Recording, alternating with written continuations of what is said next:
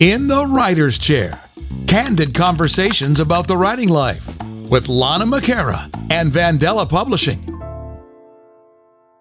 Welcome to In the Writer's Chair, where we pull up a chair to talk about writing craft, the writing life, and what's possible for writers right now.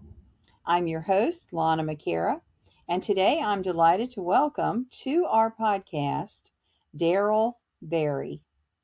Darrell is a retired Army officer with over 22 years of service. He served in the enlisted ranks as well as officer ranks during the Don't Ask, Don't Tell time for gays in the military. His book, Early This Morning, a mystery novel, is about that era. And you can visit his website at www.dberry.books.com. Welcome, Darrell. Thank you. It's nice to be here. So, what caused you to dive in with a novel? Well, first of all, I'm an avid reader and I love mysteries. And I'd been toying with the idea about writing a book for quite a while, and I was just about ready to get out of the military. So I would write a few things down and put it on the shelf, and then write a few things down and put it on the shelf. And then anyway, I got out of the military and I decided, I need to just sit down and write this if I'm going to. And so about 3 months later, I had it finished, but it was kind of a start and go type of situation. And then I published it myself initially, and that was an experience. And then after I published it again, I started putting it up on the shelf, and I was encouraged by friends to have it published by a publisher. And I found Atmosphere Press, which was absolutely wonderful group over there. And they published it last May. And I was very, very, very pleased with that. But anyway, it was kind of a long way to answer your question, but it was just that I thought I might have something that would be interested to read in a mystery format, and gave it a try. Yeah, I love mysteries. I write mysteries too. So, so this really interests me. So, what was the seed idea for the mystery itself that sparked the whole thing starting? Where was that seed idea? When I first came in the military, there was not Don't Ask, Don't Tell. It was just against the law to be gay in the military, period. That's it. You just got thrown out if you were found out about it. Then Don't Ask, Don't Tell came along, and it was sort of a stopgap measure, I guess you would say, between, being totally illegal and I'm not for sure what. But the deal was a gay person supervisor could not ask them if they were gay, and the gay person could not tell their supervisor if they were gay. But during that period of time, from about I guess it was around 1994 to 2011, there were a lot of people kicked out of the military. Even though Don't Ask, Don't Tell, they were still kicked out for various reasons they were found out about or whatever, which was very unfortunate because they weren't given always an honorable discharge. Now, after Don't Ask, Don't Tell, they brought a lot of those folks back as far as a discharge and redid it to an honorable. But anyway, so during the period of time that I was serving, I just thought it was a horrible discrepancy to have people wanting to be in the military, but yet it was they really couldn't be out in the open. And so besides that, I knew a lot of people that did not want gays in the military, thought that it was a horrible situation. Usually these people were not in the military themselves, but anyway. So I don't know exactly how I came upon that, but all those factors were I was thinking about it one time, and I decided, this might make a kind of a good mystery because so many people either don't want them to come in or want to get rid of them. I mean, that was a big deal just to get rid of gay men and women. And, only because they were gay, not because their production was incredible. I mean, they were very, very good officers and enlisted personnel. But that was, I don't know, that was all happening at that time, and I just thought it might make for a good mystery. So what type of mystery is it? Is it a police procedural, a cozy, or something else? Most mysteries, when you start reading them, you're not really sure how they're going to end. With mine, you sort of get an idea, not necessarily how it's going to end, but what's going to happen at the end of it.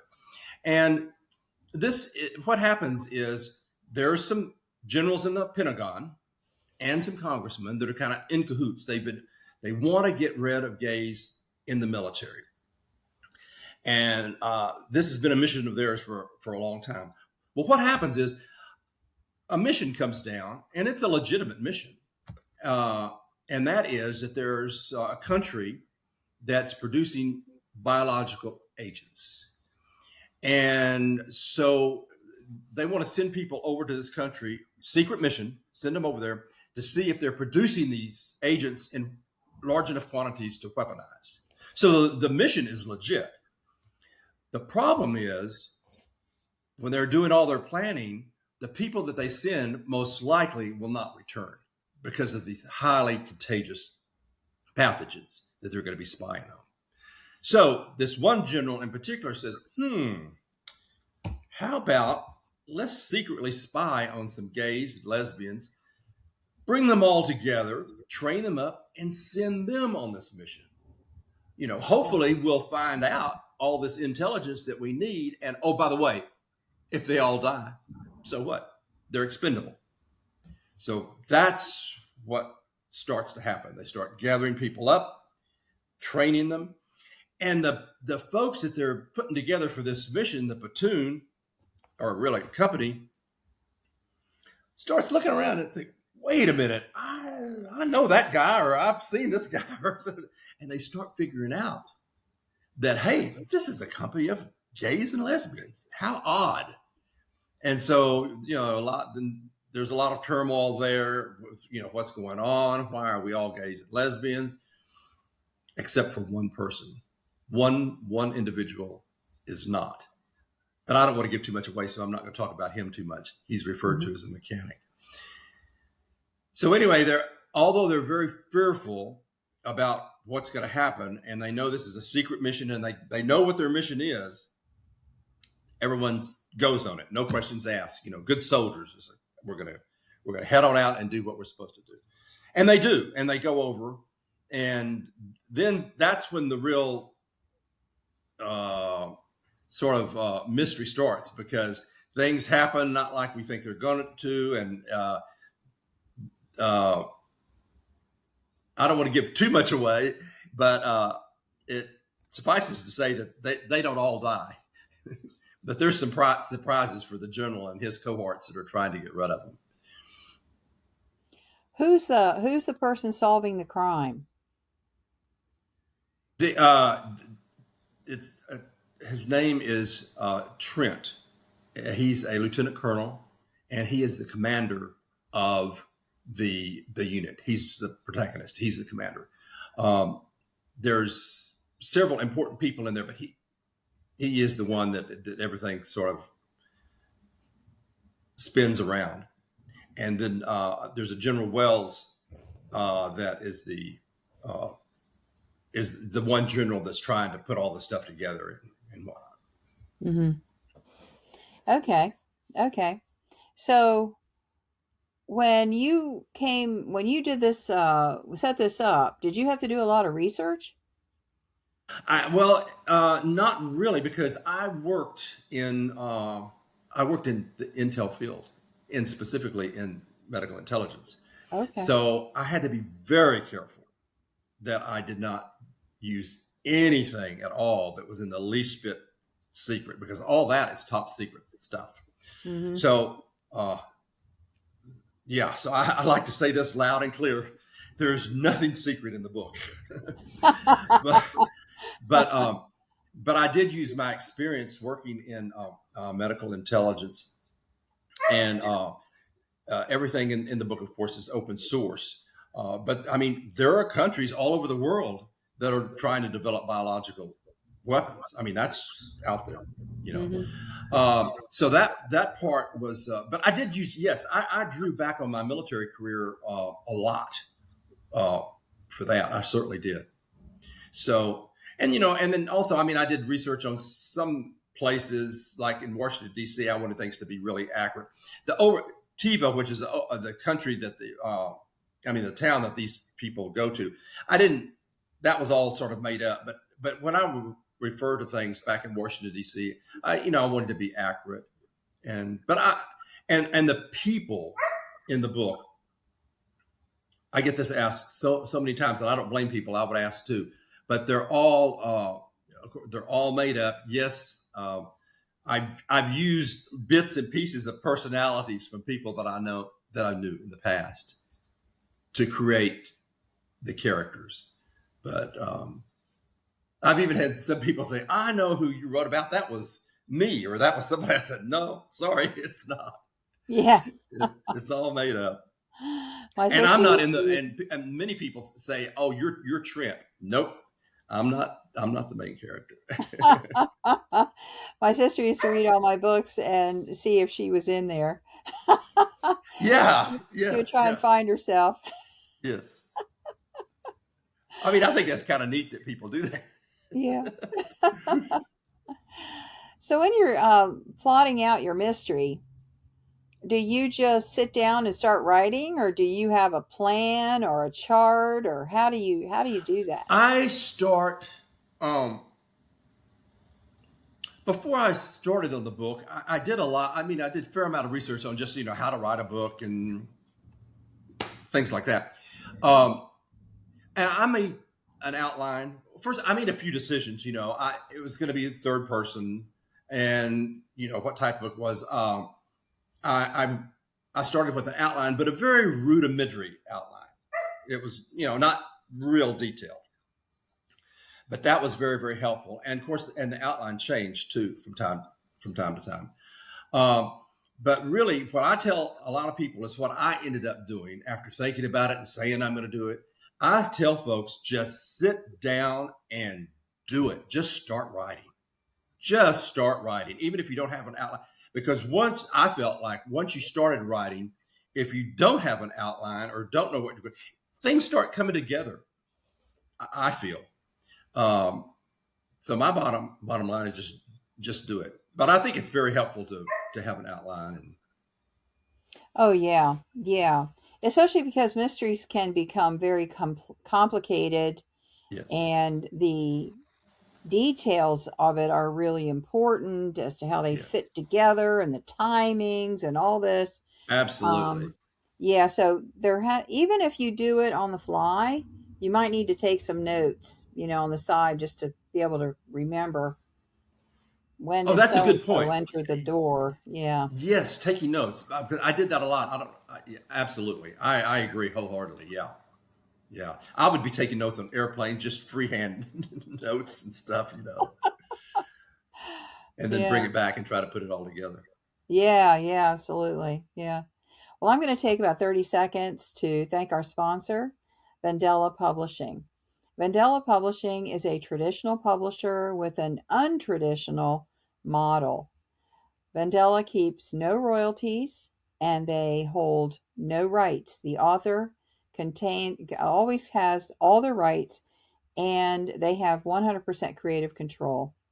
So Vandella develops their authors into career authors. A career author is an author that puts out books on a regular basis. Doesn't have to be every year, but every so often they put out a book and they build a body of work and they connect with their readers and they grow their presence as an author. And Vandella supports their authors in that way.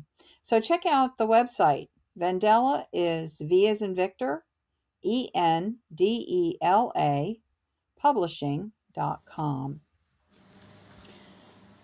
Well, Darrell, this is really, really fascinating. So, have you had a desire to write books all your life? Not all my life, but certainly uh, much of my life.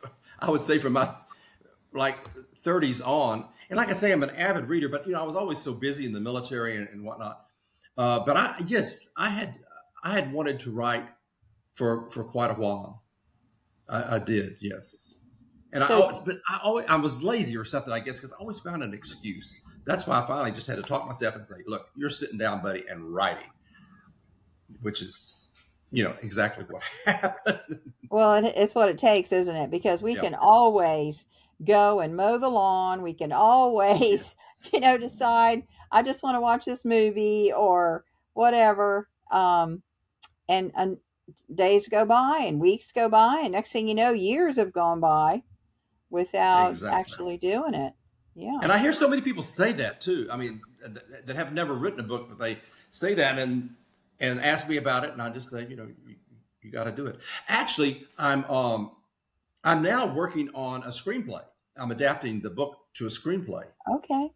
and but that is, writing the book was fun. I mean, sometimes it got frustrating, but basically it was fun. I enjoyed it for the most part. The screenplay, oh my gosh, I've I've tried to buy, listen to lectures, buy books on screenplay. That's a whole nother ball game, but I'm giving it a shot. Yes, we recently interviewed a screenplay writer. Her name is Jamie Engel. So if you want to go back and look, at previous episodes, Okay. she's won awards for writing screenplays. And, my hat's off to her because I took a class in it one time and I decided I'm just going to stick with novels because um, I've written 50 books. And, Wow. at this point, my brain is wired a certain way. Yeah. And I don't think I'm going to break the mold. I don't want to. I love writing novels, so I thought if I do get one made into a screenplay, I'll probably just hire a screenwriter instead to. I'm Yeah. leading in that direction too. There are so many different nuances because it looks Yeah. simple. One page per minute, so maybe 120 pages instead of 300 or whatever. But how they handle the places where it's going to be, and they know all these things about what production takes, and what they're looking for, what these producers and these studios are looking for, and they know how to put that in where we don't know. It's a different world. It's like a different universe, like being on It Mars. really is. It really is. Yeah, yeah. And Yeah. I find myself when I'm trying to write the screenplay, I'm describing things like I would in a book, and then I'll send it to somebody and they'll critique it rightfully so. I say, no, no, no, don't write all the stuff that you would put in a book. You just need to say a couple of words or something, to prompt them to. So yeah, I don't know. It's kind of a challenge. Really, the next thing I want to do with the book, I think, is make it into audio. Oh yeah, that's so important to make it into audio. Yeah. You I can think. read your own book into audio. There are companies out there that will take an author's words and make them sound professional. So you don't have to be a pro to read your own book. You can do Mhm. it, or you could rent a music studio in your town and go sit in the music studio and read there because they have all Yes. that great equipment. But Right. it is totally doable. Yeah. I'm certain I'm considering that because they seem to be so popular now. Yes. Audiobooks and whatnot. Yes. I read a statistic that said 50% of Amazon sales are audiobooks. Is that right? Yeah. So we're I'm going missing to write out. that down right now because We're I need to missing get it. out if we don't have it on audio. Yeah. Yeah. Yeah. Missing all those sales. Well, you So, said you wrote 50 books. My gosh, my hat is off to you. I'm thinking about writing a second book. okay. I'd Well, like to tell get us what that's about. um, a Lyft driver, another mystery, but a Lyft Hmm. driver, Okay. and all of the contacts that he has. As a matter of fact, I started driving for Lyft every now and then Mm. just to get an idea of. And my goodness, it's been fun. I mean, I don't do it very often, but Hmm. I do it here or there. There are some characters out there. Oh my gosh, I'm developing a character base before I have a plot. Yeah. But some really really funny and interesting people. But I want it to be meaningful. Like I hope early this morning is meaningful in that you know I hope people enjoy the book early this morning. But at the end of the book, I would hope people would look back and wonder, hmm, I wonder if this could happen again. The Mm, situation with gays in the military. Well, yeah. same thing with my second book. At the end of it, I want people to, even though I hope it's just a fun mystery, I want people to look back and say, have something meaningful to think about. So I haven't got that far with it yet. Just I'm just developing characters right now. Mm-hmm. I was at the hairdresser's. Oh, this has been a few months ago. This just gave me this idea. I was at the hairdresser's a few months ago, and this guy comes in and he's wearing scrubs. And his wife was one of the hairdressers. And so he comes in and then they're laughing. And she says that he is driving for Lyft on his lunch hour because he likes it. It's like a vacation, getting in Lyft and getting to talk to all these people. It kind of gives him a break, from the stress. And he I was love it. laughing and I love it because I'm doing a lot of work on family genealogy as well as the screenplay. So I can find myself behind this computer way too long, and so Mhm. sometimes I put it away, get in the car, and go for a couple hours, just like this guy with Lyft. And it's just like a shot in the arm because I don't know, it's just fun. I don't do it at night, Yeah, yeah. during the middle of the day, and I meet some of the greatest folks. I really do. Hmm. Yeah, that's what he said. He said he just enjoys it. And Hmm. so, that's a different side of things because I know that some people like, oh, I'm driving for Uber, they're sad sacking about it. But it's all in your mindset. And I think Oh yeah, mindset is huge when you're doing something, how you approach it. Yeah. it's everything for me. It Hmm. really, yeah, yes. And Lana, something else I'm finding out that I may sort of create the book around. When I'm driving for Lyft, most everybody is or nice or whatnot, or if they don't want to talk, fine. If they do want to talk, fine. But there are times when somebody will get in the car, and they're fine. They don't have too much to say, but for some reason, you just can't wait till that ride is finished. I Mm. can't put my finger on it. And I've talked with other Lyft drivers too, and they say the same thing. Occasionally, someone gets in the car, and it's like your spirit doesn't rest well with them. I don't know how to. It's the strangest phenomenon. Mm-hmm. Uh, so I'm thinking that might be kind of how I might an angle I may take for the next book. Oh, yeah. Yeah, my mystery spidey sense is going, oh boy. Uh-huh. Yeah. There's so much you could do with it. It's a fascinating topic, and Daryl, you could write 10 Lyft driver books. I mean, keep the same guy as your main character, and who's getting Good in point. next. Did you ever see that reality show about the psychic who drives like a Lyft bus in Las Vegas or something, and they No. have cameras in the car. And so when he's going, he'll say to the people, I'm getting a reading on something. And he'll give them a reading if they're willing, if they agree to it. And it goes into the show. It actually is Whoa. part of the show. Yeah. And he doesn't know who he's going to pick up, just like, what you were talking about. Very interesting. Yeah. Yeah. Yeah. There's a book right there for him if he wants to. I know. I know. The drives that he has taken and left. Yes. Yeah. Yeah. Really, really interesting. Well, Daryl, I feel like you are on your way. You on to something here. No, thank you. I hope so. And again, I'm kind of looking forward to writing another book as far and not a screenplay, because I was so comfortable with the book, and I think I'm going to be back in my comfort zone, you know, Yeah. if I do Yeah, this well, other what stuff. do we read? We read books. We read Yeah, novels. Yeah. Yeah, so we kind of get that mindset about it, and hmm the that's very screenplays are true because so. I had never read a screenplay, you Mhm. know. Yeah. I read books every day, but I haven't read a screenplay. Yeah, yeah. Yeah. So, yeah, Jamie Engel, she does write for other people, but she also shops around the manuscripts.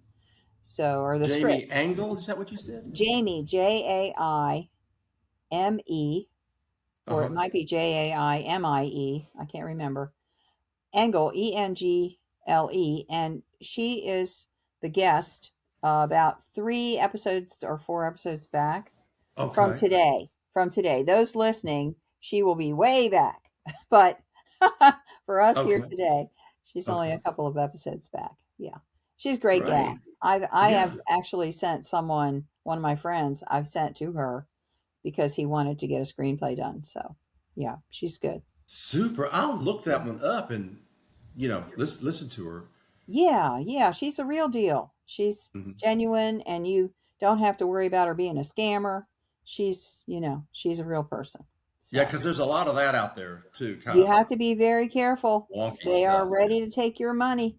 I had someone quote $60,000 for a screenwriting, just to screenwrite the book, not even to sell it, just to Wow. screenwrite it. That is, watch out. Hold on to your wallet when you're. Well, they won't have to. I won't have to worry about that because I don't have $60,000 to give somebody. Yeah, that was my response too. They can't get blood out of a stone, but even at that, yeah, Exactly. Yeah. for sure. Wow, what a great conversation. So, thank you. And when you You get your bet. next book done, your Lyft book, please put us on the list to come back and I we'll talk certainly about it. will. I Yeah, certainly will. thank you. Absolutely. This has really been a joy to talk with you. Wonderful. Great conversation. And thank you for being with us today. Thanks for pulling up a chair. See you next time.